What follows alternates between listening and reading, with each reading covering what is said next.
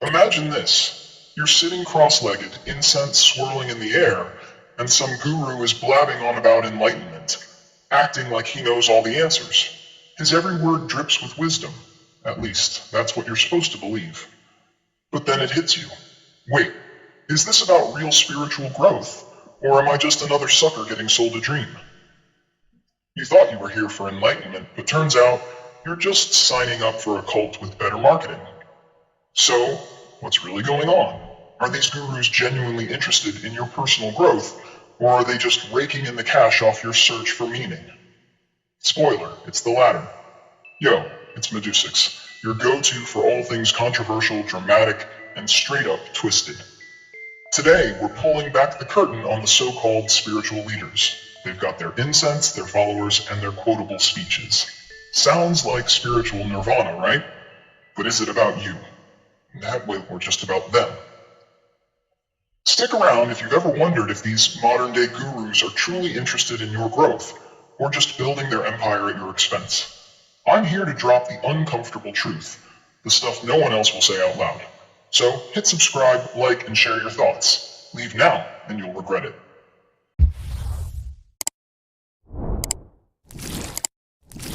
Let me hit you with some hard truths. Modern-day gurus in India? They're not your spiritual saviors. These guys are glorified con artists, wrapped in white robes, pushing the same old empty promises that have been around for centuries. Except now, they're making a killing off it. They've turned spirituality into a commodity, a product you can buy, like it's on the shelf of your local supermarket. Enlightenment in 10 easy steps for just 5,000. Limited time offer. These so-called spiritual leaders have mastered the art of preying on human vulnerability. They know exactly how to exploit people's insecurities, especially when life's too overwhelming and the world seems like it's falling apart. They sell you peace, serenity, and the answer to all your problems. And all you have to do is hand over your money, your time, and maybe even your soul. And don't get me started on their power trips. These guys sit on thrones of influence, pulling strings behind the scenes, whether it's with politicians, celebrities, or the masses, like they're playing a spiritual puppet show. Why? Power? Money? A bigger following? All of the above. Here's the kicker, the followers. These people are so desperate for a sense of purpose, they're willing to hand over their last penny, give up their personal lives, and get lost in the lie that their guru is the key to their salvation.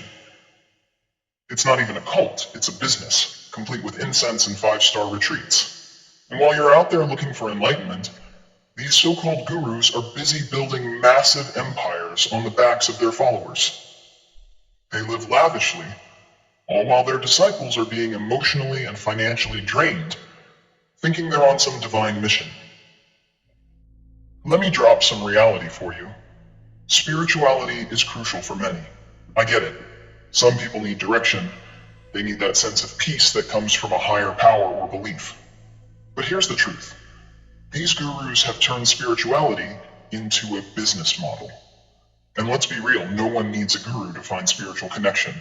A little self-reflection, some real wisdom, a walk in nature, that'll get you closer to the truth than any overpriced ashram ever will. But let's get even darker, shall we? The religious infrastructure in India is so deeply entrenched, these gurus aren't just manipulating people, they're manipulating an entire belief system. Religion, once a comforting source of community and solace, has been twisted into a multi-billion-dollar goldmine for anyone looking to exploit it. Imagine it as an ancient franchise where you buy into a belief and hope that your followers keep coming back. And trust me, they do. Let's bring the numbers into this. According to reports, India's spiritual tourism industry is worth over $30 billion, and a large chunk of that is driven by these very gurus.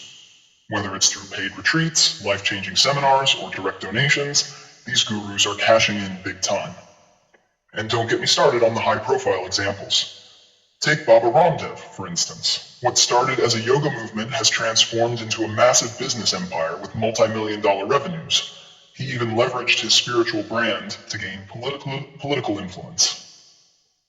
Then there's Sadhguru, whose followers number in the millions. His foundation boasts income in the hundreds of millions, with a hefty chunk of that coming from selling overpriced spiritual products and events. These aren't isolated cases. They are the rule.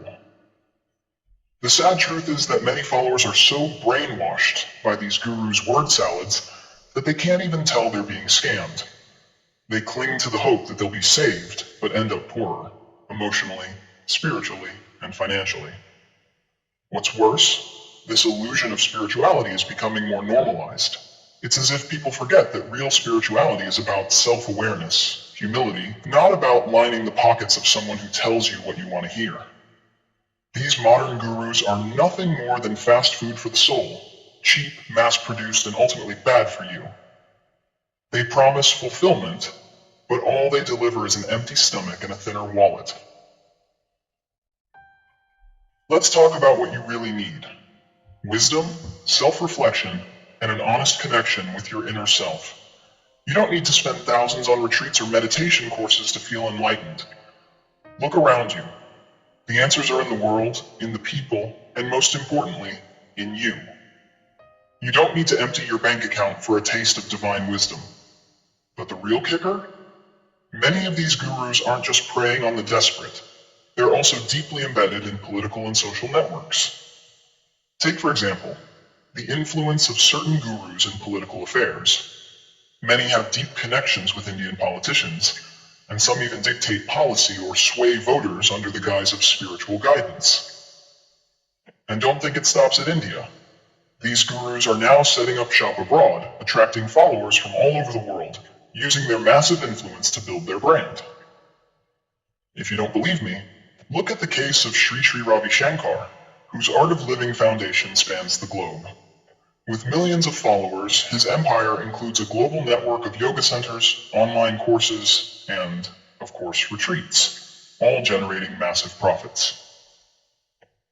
Here's the blunt truth. The spiritual scene in India has become a business in every sense of the word.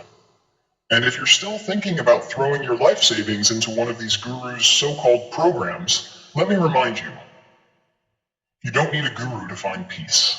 You just need to stop buying into the bullshit. So, if you've encountered one of these gurus, or got sucked into their world, drop your stories in the comments. Did you get caught up, or were you smart enough to dodge the cult? I'm not here to judge you. I've been there too. But here's the thing, if you're serious about your spiritual journey, don't let someone sell you a shortcut. The answers are in you. In the next video, we're going to dive deep into another juicy topic that'll have you questioning everything you thought you knew. Stay tuned. You know you want to see that. Catch you later, legends.